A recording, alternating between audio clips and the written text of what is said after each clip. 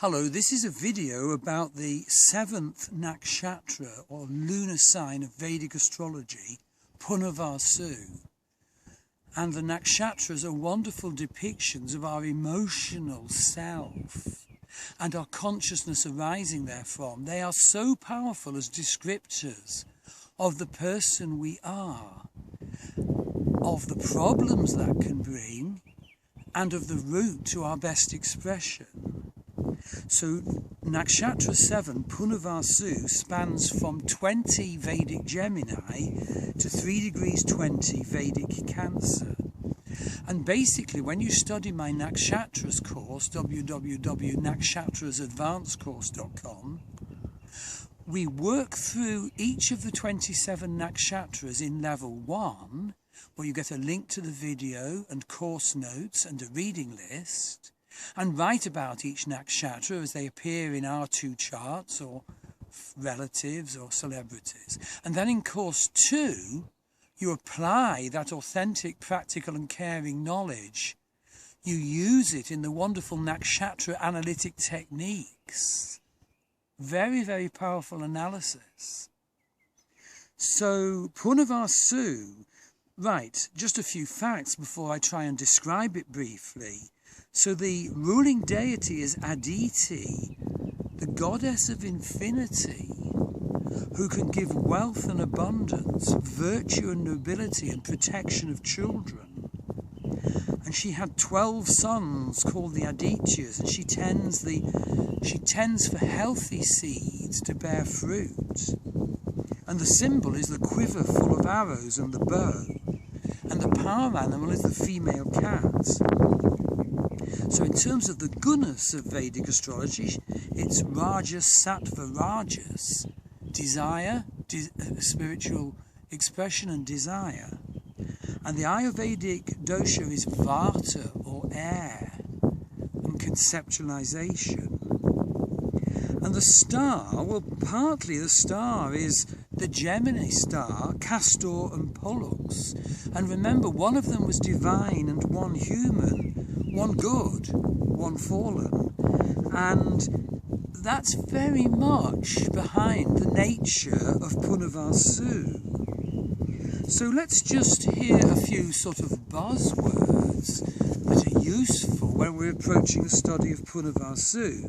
So positively, well, Punarvasu, particularly sun, moon or ascendant in Punarvasu, it's a person who the sky is the limit. They can seek and gain unlimited recognition and luxury. Home is ever so important to Punarvasu. They do their spiritual journey and they always need to be able to return home. They have a fertile imagination and a forgiving attitude. And so with a planet, well placed in Punarvasu, they can be a person with gifted, curious mind, deep understanding of situations, well versed and scientific in attitude, and with, good social standing, it might be called. But the shadow side, remember the twins, Castor and Pollux, the shadow side is to over-intellectualize, to endlessly vacillate. Punarvasu can be dreadful for philosophizing in a pointless way, for asking endless questions, question. They're not wanting answers, they just question. This is the negative of Punarvasu. And so, they stagnate. Their lack of drive forces them to end up confused and disillusioned, unable to let go of that which should die, never negatively procrastinating, with excessive idealism, and pure laziness prevents the start of their needed journey. So it's, like all the nakshatras, a mixture of difficult qualities and positive qualities. Studying the nakshatra offers such invaluable perception, self-awareness. That's a very useful map for people with a strong Punarvasu feature in their birth chart, in their life, that I've just tried to describe. So the actual principle of the 7th nakshatra, Punarvasu, is the return of the light. The nakshatra before, number 6, is Ardra. The storms of Ardra, watch that video. So Punarvasu is about the end of the storm, the return of the light, safe return. But there's still a lot of motion. Do you remember I said that the energy of Punarvasu is Vata? And so Punarvasu have to beware that intellectualizing doesn't make them lose their life. And so the friendly, positive characteristics are the good-natured person who lives in the moment and who's generous, who's interested in spiritual study and philosophy, who can be a good writer, an inspiring speaker, who's imaginative and strives to rid their lives of any impurities.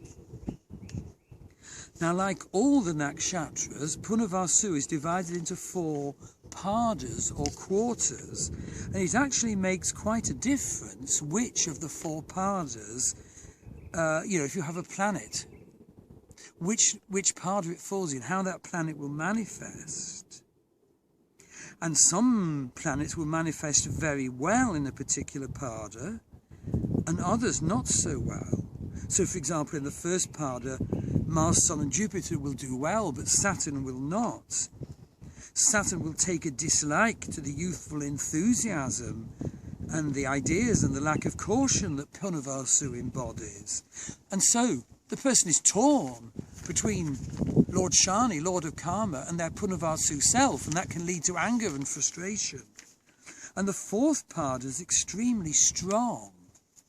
And why is it strong? Well, basically, the ways of analysing and categorising the nakshatras are what we study in part 2 of my nakshatra course. So, I thoroughly recommend the course, and I hope this insight into the nature of Punarvasu is useful.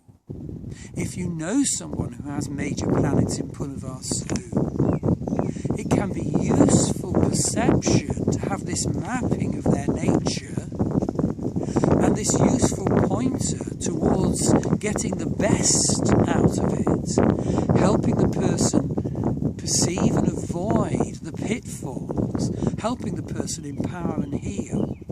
So, I hope to hear from you. Hope you'll join my Nakshatras Advanced course.